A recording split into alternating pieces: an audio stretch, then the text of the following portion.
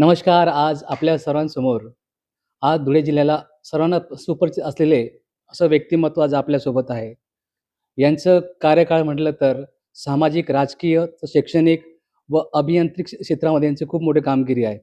आज ह्या धुळे महानगरपालिका निवडणुकीच्या पार्श्वभूमीवर ज्या प्रकारे आज संपूर्णतः वातावरण, राजकीय वातावरण हे उलटपुलट झालं असताना, आज राजकीय विश्लेषणात्मक आपण आज त्यांच्याशी गप्पा करणार आहोत. तसेच या राजकीय ज्या अर्थशास्त्र कारणातून ज्या प्रकारे आज धुळे शहरामध्ये काही-काही ठिकाणी खूप मोठा भ्रष्टाचार झाला, या संदर्भात देखील आपण आज आपण ज्याच्याशी बोलणार आहोत. असे आपले सर्वांचे व माझे माझे एक परममित्र रविदादा पवार यांच्याशी आपण आज खास भेट घेणार आहोत. दादा, आपण आपल्या जनसामान्य माध्यमावर आल्याबद्दल मी आपलं हार्दिक स्वागत करतो. तसेच दादा, आपल्याला काय वाटतं, की आज जे धुळे शहरामध्ये महानगरपालिकेचे जे इलेक्शन लागू झालं आहे, या पार्श्वभूमीवर आज ज्या प्रकारे जे राजकीय वातावरण हे खूप गढूळ झालेलं दिसतंय, त्या संदर्भात आपण काय सांगणार? सर्वप्रथम जितूभाऊ तुमचं मी धन्यवाद करतो, की जनसामान्याच्या आवाजाने आमच्या आवाजाला कुठेतरी ऐकलं. त्याबद्दल मी जितूभाऊ तुमचं मी धन्यवाद करतो. 2026 25-26 चे महानगरपालिका भाऊ घातलेले जे महानगरपालिकेचं इलेक्शन आहे. मी सर्वप्रथम या महानगरपालिकेच्या 74 नगरसेवकांचं मी अभिनंदन करतो. मग ते कुठल्याही पक्षाचा असो, ते BJPचा असो, ते सेनेचे असो, ते अदर कुठल्याही पक्षाचे असो, मी सर्वांचं अभिनंदन करतो. या सगळ्या प्रक्रियेचा ते आज भाग झाले, त्याबद्दल मी त्यांचं मनस्वी अभिनंदन करतो. पण त्याबद्दल अशी मनाची खंत पण आहे, की 2025-26चे जे आपलं इलेक्शन जे भाऊ घातलेलं आता इलेक्शन आहे, आपण जे बघतोय, त्याबद्दल जनसामान्यांच्या ज्या मनातली जी शंका आहे, ती शंका म्हणजे अतिशय तळागाळातला माणूस आज जवळून बघतोय, की इलेक्शन नसताना हे काहीतरी षडयंत्र चाललंय असं वाटतंय जिल्ह्यामध्ये. आज आपण बघतो मित्रांनो, की जवळपास या 10 दिवसामध्ये जी तिकीट वाटण्याची प्रक्रिया BJPच्या माध्यमातून झाली, ज्या 25-25, 30-30 वर्षाच्या जे कॅडरबेज जे लोक होते BJPचे, त्यांना तिकीट नाकारण्यात आलं. आणि जे बाहुबली होते, जे धनाढ्य होते, जे पैशाने मोठे होते, या लोकांना आज तिकीट देऊन आज त्यांचा बहुमान महानगरपालिकेत वाढवलं जाणार आहे, याची मला खंत वाटते मित्रांनो. अजून अनुषंगाने जर म्हणायचं म्हटलं, की ही महानगरपालिकेचे इलेक्शन नसून ही जनतेवर केलेली दडपशाही आहे, जिथं मला असं वाटतं. तर दादा, आपण ज्या प्रकारे आता जे विश्लेषण आम्हाला दिलं या राजकीय समीकरणाबद्दल, आपल्या चांगल्या प्रकारे ठाऊक असेल, की या धुळे शहरामध्ये ज्या प्रकारे 4 बिनविरोधक उमेदवार निवडून आले व अशा एका विशिष्ट प्रकारे एक जनसामान्यांचा आवाज जो चेपला गेला किंवा आपण त्यांचा जो मतदान करायचा जो अधिकार होतो तो त्यांच्याकडे हिरवला गेला. तर या संदर्भात आपण काय सांगणार? हे सगळ्या जनतेला माहिती आहे मित्रांनो, आणि धुळेकर जनतेला सर्वांना माहिती आहे. हे घोडेबाजार जो चालवला यांनी, दोंडाईच्या नगर परिषदमध्ये सन्माननीय राहुल साहेबांनी जे घोडेबाजार चालवला, तोच घोडेबाजार हा धुळे जिल्ह्यामध्ये कसं चालवला जाईल, याचा परिपूर्ण प्रयत्न ह्या 4 नगरसेवकांना बिनविरोध काढण्याच्या माध्यमातून समजून आलंय जनतेला. आणि जनता काही खोडी नाही मित्रांनो. जिथं तुम्हाला माहिती आहे, की जनता सुज्ञ येणाऱ्या 15 तारखेला ती त्याचं काम करणार आहे, हे लक्षात ठेवा. आपण पाहू शकता, की ज्या प्रकारे दोंड्याच्या पॅटर्न राबवला गेला, म्हणजे मुळात मुद्दा असा होता, की साधारणतः या ठिकाणी कम से कम 10 ते 15 सीट हे भारतीय जनता पार्टी काढणार होती. मात्र ज्या काही घटना आपण अपवादात्मक झाल्या, की जे काही गोळीबार झाला किंवा कोणाच्या घरात जाऊन धमकी देऊन त्याला बसवण्यासाठी प्रयत्न केले गेले, या संदर्भात आपण काय सांगणार? जनतेने बघितलं जितू, तुम्ही बघा, जनसामान्याच्या आवाजमध्ये आज तुम्ही जनतेच्या समोर जात आहात. तुम्ही बघत आहात, की ही जी दडपशाही आहे, पैसेशाही आहे, ही समोर आली लोकांच्या. कोट्यावधी रुपये देऊन तुम्ही लोकांना बसवलं आणि तुम्ही तुमच्या पार्टीच्या लोकांना बिनविरोध काढलं. हे जनतेने बघितलं. तुम्हाला जनता नाकारेल. येणाऱ्या पुढच्या 15 तारखेला तुम्हाला जनता नाकारेल म्हणजे नाकारेल, लक्षात ठेवा जितू. जनता त्यांना सुज्ञ असं वाटतंय, की आम्ही जनतेला विकत घेतोय. 100, 200, 5,000 त्या 10,000 ची वोटिंग देऊन आपण त्यांना विकत घेऊ. पण जनता त्यांना नाकारल्याशिवाय राहणार नाही जितू, लक्षात ठेवा. आता ज्या प्रकारे आता काही 2 दिवसांपूर्वी ज्या आपले मुख्यमंत्री साहेब या ठिकाणी आले होते आणि त्या सभेमध्ये ज्या प्रकारे एका विशिष्ट धर्माविषयी द्वेष निर्माण करण्याचं काम केलं गेलं किंवा जर म्हणजे एक फॉर एक्झाम्पल सांगतो तुम्हाला मी, की डायरेक्टली एक्सप्लेन करतो, की आपल्या आमदारांनी सांगितलं, की जर तुम्ही एकत्र नाही आले, तर ह्या धुळे जिल्ह्याचा जो महापौर असेल, हा फारुख शहाचा मुलगा असेल. या स्टेटमेंटविषयी आपल्याला काय म्हणायचं आपल्याला? ही खूप मोठी अभ्यासक गोष्ट आहे. सन्माननीय आमदार साहेब, हे धुळे जिल्ह्याचे आमदार म्हणजे हे आपले पालकच झाले, लक्षात ठेवायचं. आणि ह्या पालकाला हे कळत नाही, की नेमकं आपल्याला नेमकं एवढ्या मोठ्या स्टेजवरती काय बोलायचंय.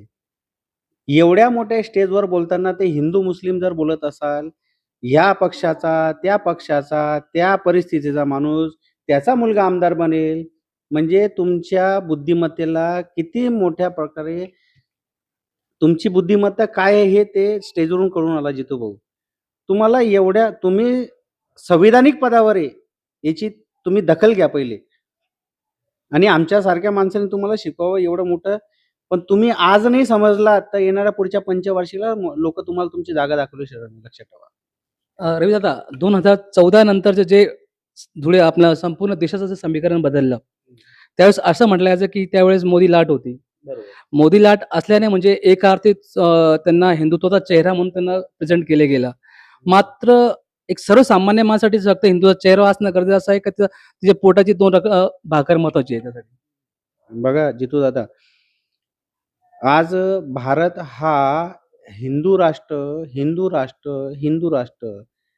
मला सांगा, हिंदू राष्ट्र आपण ज्या हिंदुस्थानात राहतोय, आपण हे सर्व धर्म समभाव ही जी परिभाषा केलेली, ही हिंदू राष्ट्र म्हणून थोडी केलेली. धर्मनिरपेक्ष राष्ट्र आहे. आज या राष्ट्राला गरज आहे विकासाची. या राष्ट्राला गरज आहे प्रगतीची.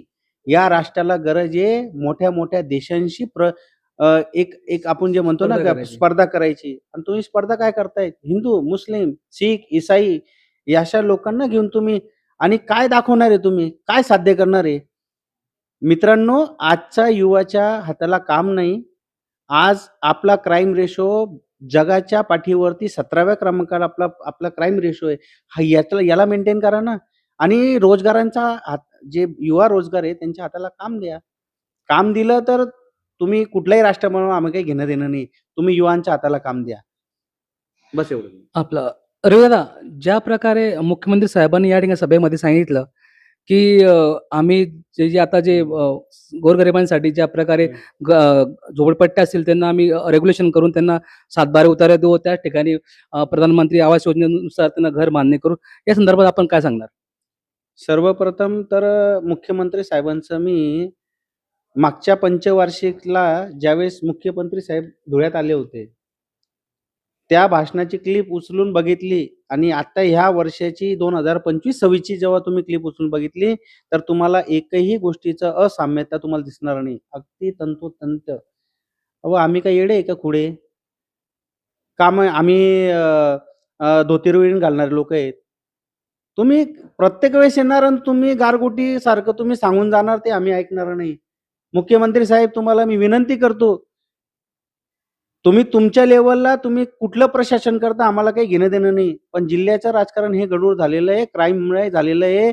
अतिशय लोकांना त्रास होतोय तुमच्या राजकारणाचा आणि एक हाती आम्हाला वाटलं तर आम्ही महानगरपालिका एक हाती सत्ता देऊ तर कुठेतरी बदल होईल.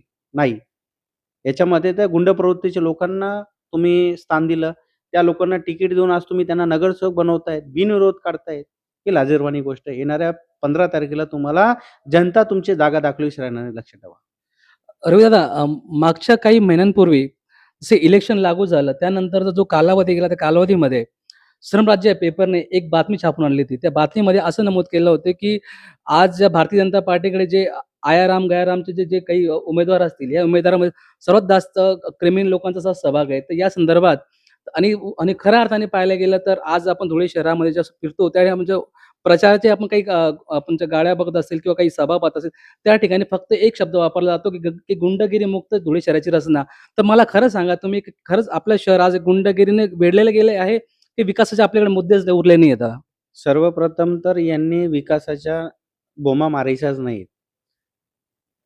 धुळ्यातला जनतेमधला जो सुज्ञ नागरिक आहे, जो रोडावर फिरतोय, जो पायी चालतोय, ज्याच्या हाताला काम नाही, ज्या पद्धतीने 5 पंचवार्षिक 2014 पासून लोक हे चॉकलेट जे खाऊ घालतायत आपल्याला, त्याबद्दल जनता परिपूर्ण सजग झाली आहे. का माहिती आहे का मित्रांनो? धुळे जिल्ह्यामध्ये मागच्या पंचवार्षिक व आतापर्यंत जे काम झालेत, जवळपास 74 नगरसेवकांपैकी एकही नगरसेवक नाही की तो ठेकेदार नव्हता. ठेकेदार तोच नगरसेवक आणि जो नगरसेवक आहे तोच ठेकेदार. कोट्यावधी रुपयाचे रस्ते तयार केले. जितू भाऊ, कोट्यावधी रुपयांचे रस्ते तयार केले. रविदादा, मला मुळात आता तुमच्याकडे हाच प्रश्नाकडे यायचं होतं आता. खऱ्या अर्थाने आपण मागील काही महिन्यांपासून ज्या विषयाला हात घातलेला आहे, ते आपल्या प्रेक्षकांना देखील कळायला हवं, की ज्या प्रकारे महानगरपालिकेमध्ये ज्या मुख्यमंत्री साहेबांनी सांगितलं, की की आम्ही या ठिकाणी अमृत 2 म्हणून एक योजना राबवते भूमिगत गटाराच्या माध्यमातून. तर त्या संदर्भात जो आपला एक आपण इतकं आपण संघर्ष करून आपण त्या गोष्टीला लोकांसमोर आणण्याचा प्रयत्न केला आणि कशाप्रकारे आपल्यासोबत काय-काय गोष्टी घडल्या असतील, तो थोडक्यात का असेना पण आमच्या प्रेक्षकांना तुम्ही नक्की सांगावं असं आपलं निवेदन करतो. जरूर. सांगण्यासारखा विषय आहे तो. आणि ज्यावेळेस जर कधी मी हा पूर्ण विषय परिपूर्ण ओपन केला, तर बीजेपीच्या यांनी म्हटलं ना 55+ यांनी 5+ काढून दाखव जेव्हा माझं स्टेटमेंट हे मार्केटला येईल त्यावेळेस. मित्रांनो, 2024 पासून अमृत महोत्सव 2 सेंट्रल गव्हर्नमेंटच्या अंतर्गत भूमिगत गटारींचे जे कामं चालू आहेत, हे कामं संपूर्ण महाराष्ट्रात फक्त 4 कंपन्यांना दिले गेलं, ते बी गुजरातच्या कंपन्या आहेत. का महाराष्ट्राच्या कुठल्याही कंपनीकडे एवढी ताकद नाही का, की ते कामं घेतील? मग यांना कशा पद्धतीने भ्रष्टाचार करायचा जितू भाऊ याच्यातून लक्षात येतं. बरं, या 4 कंपन्यांना तुम्ही कामं दिलीत. त्याच्यापैकी सगळ्यात मोठी कंपनी जी आहे, हे सगळ्यांना माहिती आहे, सहज कन्स्ट्रक्शन नावाची जी कंपनी आहे, त्या कंपनीनं 927 कोटी रुपयाचा भ्रष्टाचार करण्यासाठी ह्या अंमल-दामल सगळ्या लोकांना सोबत घेऊन या महानगरपालिकेच्या प्रशासकापासून, इंजिनियर पासून, आयुक्तांपासून तर महानगरपालिकेचे छोटे-मोठे चिंदी-चोर पर्यंत या लोकांनी वाटाघाटी करून 927 कोटी रुपयाचा भूमिगत गटारीचं प्रपोजल पास करून आणलं. आणि 2 वर्षापासून जे धुळे जिल्ह्यात भूमिगत गटारीच्या नावाखाली जे प्रकरण चालू आहे, हे प्रकरण ज्यावेळेस आम्ही उघडकीस आणलं जितू दादा, त्यावेळेस आम्हाला प्रशासनाला काय तोंड द्यावं लागलं आम्हालाच माहिती आहे. तुम्ही त्याचे सहभागी आहात. नक्कीच. सुरेश भाऊ त्याचे सहभागी आहात. कसं प्रशासन दबावाखाली एक आम जनतेला कसं डांबून मारू शकतं याचं जिवंत उदाहरण. त्याच्यापैकी एक उदाहरण तुम्हाला सांगण्यासारखं आहे. थोडा वेळ घ्याल चालेल का सर जितू भाऊ? आता मागच्या 15 दिवसापूर्वी आझादनगर पोलीस स्टेशनला चाइल्ड लेबरेशन ऍक्ट 1998 ऍक्ट अंतर्गत आम्ही जेव्हा गुन्हा दाखल केला, आपल्यासोबत बापू बागुल बी होते त्यावेळेस. बापूसाहेब बागुल पण आमच्या सोबत होते. जेव्हा आम्ही गुन्हा दाखल करायला गेलो, तर आमच्याकडे 94 क्लिप आहेत. 94 क्लिप आहे आमच्याकडे, जे पूरक आहे की चाइल्ड लेबरेशन ऍक्ट मध्ये गुजरातची जी कंपनी आहे सहज कन्स्ट्रक्शन, त्याचे जे मालक आहेत 4 मालक आणि त्याचा जो ठेकेदार आहे अशोकभाई वघानी म्हणून, या वघानीनी गुजरात मधून सगळे लेबर आणले. त्याच्यासोबत जे बिचारे बालमजूर आहे, हे 288 बालमजूर ह्या प्रपोजल मध्ये काम करतायत. ज्यावेळेस आम्ही हे प्रपोजल हाणून पाडलं, हे 288 बालमजूर जेव्हा आम्ही त्यांच्या समोर प्रस्थापित केले, तर यांनी साक्षात त्याला नकार दिला. पण आम्ही पण काही कच्चे गुरुचे चेले नाहीत. आम्ही ते प्रकरण शेवटी त्यांच्यावर FIR दाखल करायलाच लावली. आणि आज त्या FIR अंतर्गत आम्ही सन्माननीय मुख्यमंत्री साहेब, जर तुमची सरकार खरंच सरकार असेल आणि खरंच ती जर कधी मायची लाल असेल, तर ह्या प्रकारचा छडा लावल्याशिवाय राहणार नाही, आम्ही लक्षात ठेवायचो. तुम्ही फक्त आम्हाला आमच्या प्रश्नांची उत्तर देण्याची ताकद ठेवा फक्त. आम्ही 14.5 तास चाइल्ड लेबरेशन ऍक्टचे अधिवक्ता हे आमच्या सोबत असताना 14.5 तास महाराष्ट्राची पहिली केस असेल जितूदादा, याला 14.5 तास लागले आम्हाला त्या केसला नोंदवायला. रात्री 2 वाजून 50 मिनिटांनी केस नोंदवली आमच्या जाण्याच्या 15 मिनिटं अगोदर.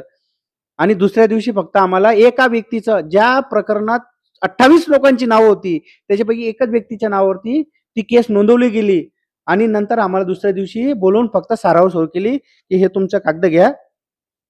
आता मला इथल्या आमदारांना विचारायचं आहे, किती टक्क्याची तुमची टक्केवारी ठरली होती? इथल्या नगरसेवकांना विचारायचं आहे, की किती पर्सेंटची तुमची टक्केवारी ठरली होती? आणि इथल्या जे धनाढ्य नगरसेवक आहेत, यांनाही मला विचारायचं आहे, कितीची मांडवली तुम्ही केली होती? रविदादा, मला असं सांगायचं तुम्हाला, की ज्यावेळेस या घटना घडत होत्या, त्यावेळेस ज्या स्थानिक ज्या एरियामध्ये किंवा वार्डामध्ये, प्रभागात जे कामं चाललेले होते, तर अशा लोकांकडून अशी माहिती मिळाली, आपल्या सूत्रांकडून माहिती मिळाली, की स्थानिक नगरसेवकांनी देखील त्या कामांसाठी त्यांच्याकडनं पैसे घेतलेत आणि त्यानंतर त्यांनी कामं करू दिली त्या ठिकाणी. म्हणजे भ्रष्टाचाराच्या सोबत देखील त्यांनी स्वतः भ्रष्टाचारी झालेत. बघा काय सांगणार या संदर्भात? बघा जितू दादा, हे सगळ्यात महत्वाची गोष्ट आहे, की मिल बांट के खाएंगे, बटेंगा कटेंगा तो सब पे बटेंगा. या सूत्राने नरेंद्र मोदीने सांगितलं, जे कटेंगा तो सब में बटेंगा. आणि ते एक असं होतं नाही का, अजून काय त्याला म्हणताय काय? काय बघ ते एक एक काहीतरी बोलले होते बघा, आठवतं मी काहीतरी विशेष. एक त्यांचं एक वाक्य होतं, त्या खूप गाजलेलं वाक्य होतं ते. हो ना, हो ना. हां, ना खाऊंगा ना खाने दूंगा. या संदर्भात आता तुम्हाला काय वाटतं? अभी मैं भी खाऊंगा और सबको खिलाऊंगा.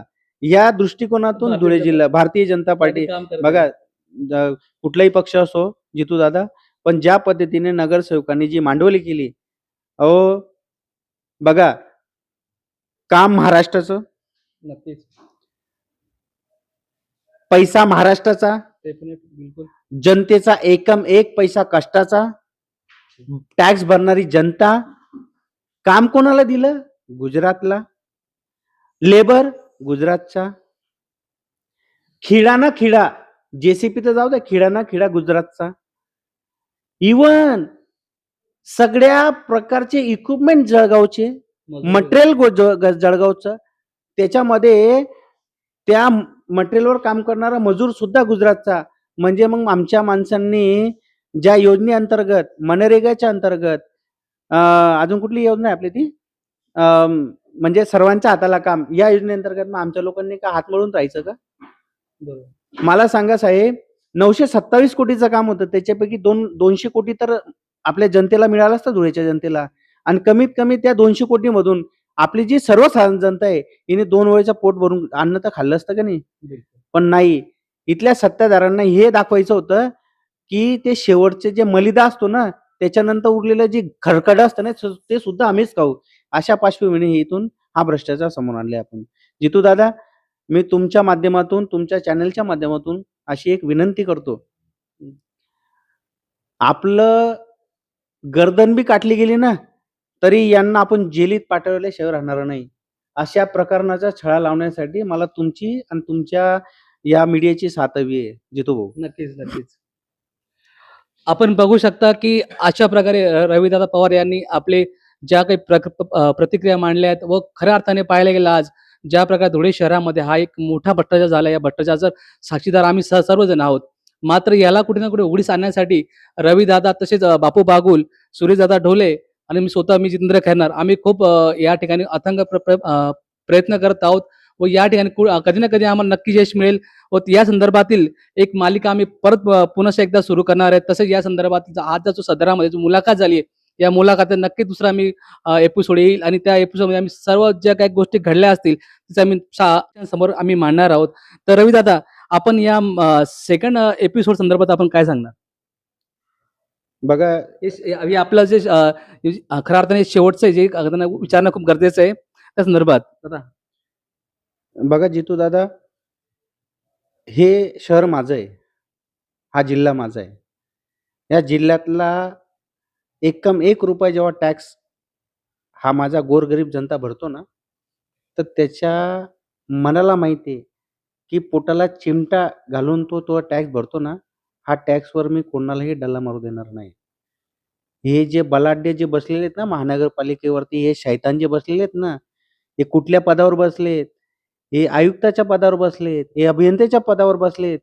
अहो, तुमच्या जेव्हा संपत्तीची जेव्हा मी लावू ना चौकशी, तेव्हा तुम्हाला त्याला उत्तर द्यावं लागेल. आणि बघा ना तुम्ही 13-14 तारखेला इलेक्शनच्या 2 दिवस अगोदर आपण पार्ट 2 ची घोषणा करणार आहे आणि त्यावेळेस सर्व्या गोष्टींना घेऊन, सगळ्या पुराव्यांसह आम्ही पार्ट 2 15 तारखेला इलेक्शनच्या दिवशी इलेक्टेड जो झालेला व्यक्ती आहे, त्याला इलेक्शन कसं करायचं, त्याला त्याचा बटन कसं दाबायचं आणि ते बटन दाबून त्याची खोपडी कशी उघडायची, याच्यासाठी तो पार्ट 2 साठी तुम्हालाच इंटरव्ह्यू घ्यायचा आहे दादा. दादा आपण येणाऱ्या काळामध्ये या भ्रष्टाचाराचा आपण छळा लोकांसमोर नक्कीच आपण ओपन करूया आणि तरीच आणि आपण आज खूप तुमचा मौल्यवान वेळ आमच्या माध्यमाला दिला या संदर्भात मी तुमचे खूप खूप आभार व्यक्त करतो व येणाऱ्या काळामध्ये नक्कीच आपण एक धुळ्याला भ्रष्टाचार मुक्त शहर करण्याचा आपण नक्कीच आपण सर्व मिळून एक प्रयत्न करूया. मी चंद्र खनाळ, जनसामान्याचा आवाज. जय भीम.